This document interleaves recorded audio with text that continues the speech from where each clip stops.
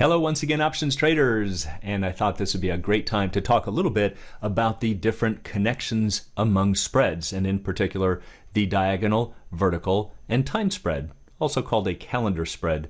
But the reason I thought this would be a good time for it is that when volatility is really high, such as during coronavirus here, they become very popular strategies, especially the diagonal spread, and traders might want to buy a longer dated option that, let's say, has lower implied volatility and sell the weeklies against it. Well, before you consider strategies like that, it's a good idea to check your connections among these three, because you might find out there are better ways of approaching it, or you might find out that that's not really such a good strategy. So let's first of all take a look at the types of spreads that we'll be considering here. The first one is the diagonal.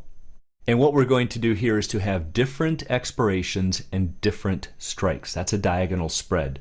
So for instance, we might be long the March 100 call and short the January 105.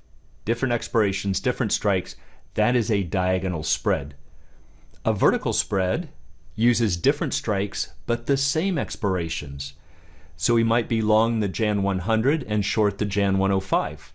Different strikes, but the same expiration. So that's a vertical spread. And then finally, we might be considering a time spread, also called a calendar spread, where we have the same strikes but different expirations. So maybe we buy the March 100 call and sell the Jan 100 call. So here we're buying and selling different expirations, but they have the same strikes. So that would be our time spread. So just by looking at these different setups, these different arrangements, it should seem a little intuitive that there has to be some type of connection. Because if I can spread off according to strikes, let's say between the 100 and the 105, and I can spread off according to time, I can also do it in combination with a diagonal. And therefore, if I have a diagonal and maybe I sell off the vertical, maybe I would be left with the time. Okay, so that's what you're going to find is actually the connection. So for instance, let's start with a diagonal spread here. I'm long the March 100 and short the January 105. So I'm spreading the time, or the dates there, and I'm also spreading the strikes. Well, what would happen if I got rid of the time component? Or as they say in the business, we kind of spin this out of the strategy.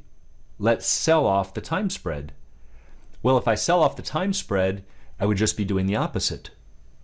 Normally, if I bought the time spread, I would be long the March 100 and short January.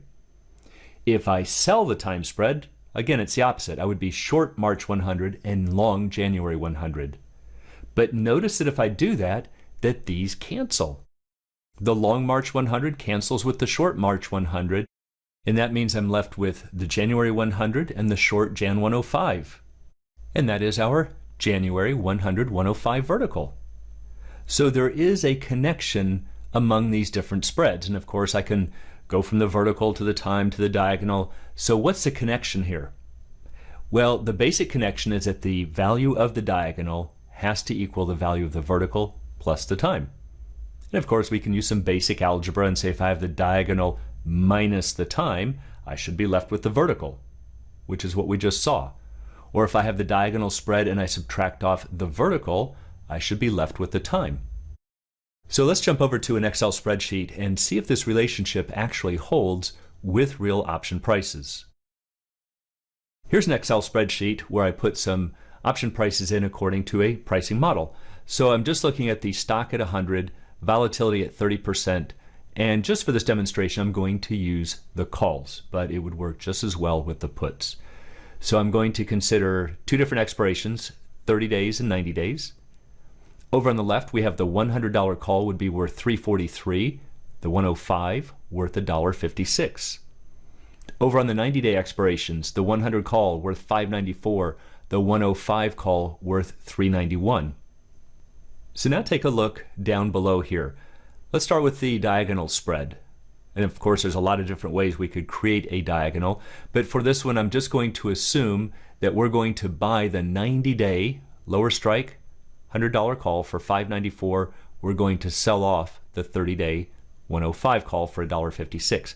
That would cost us $4.38. What about the 90-day vertical? Well, if I bought the $100 call for $5.94 and sold off the 105 for $3.91, that's going to cost me $2.03. What about the 30-day vertical? I could buy the $100 call for $3.43, sell off the 105 for $1.56. That would cost me $1.87. What about the 105 time spread? I could buy the long one here for $3.91, sell off the short-term one for $1.56, would cost me $2.35. The $100 time spread, same idea here. Pay $5.94 for the 100 strike, sell off the 30-day one for $3.43, would cost me $2.51. So remember our basic relationship here, that the diagonal has to equal the vertical plus the time. So let's just try some of these. What's the 90-day vertical spread plus the 105 time spread? Okay, so the vertical plus the time should give us the diagonal. So I'm going to go into Excel, I'm going to put an equal sign. We're going to look at the 90-day vertical spread right there, and then we're going to add it to the 105 time spread right there. Hit enter, and it equals the diagonal spread. What about the diagonal spread minus the 105 time spread? So if we look at our formula over here, if I've got the diagonal spread and I spin out the time spread, or I sell it, I should be left with a vertical spread.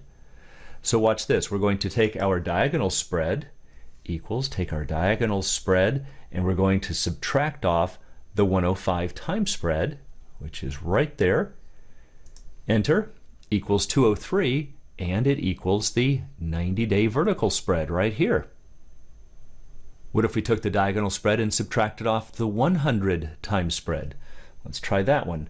Equals the diagonal spread minus the 100 time spread.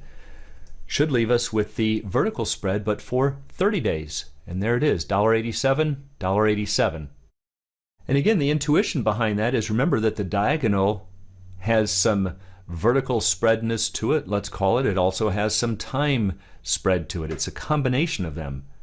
So if I subtract out the time spread, I'm just left with the vertical spread. So the point to see is that when you're setting up these various spreads, especially if you're trying to capture implied volatility, you need to check these relationships. You might be looking at a diagonal spread that is fairly expensive and find that there's not really a pricing discrepancy in the time spreads. Well, then why would you be using it? Let's spin it out of the formula here. Let's just do the vertical spread.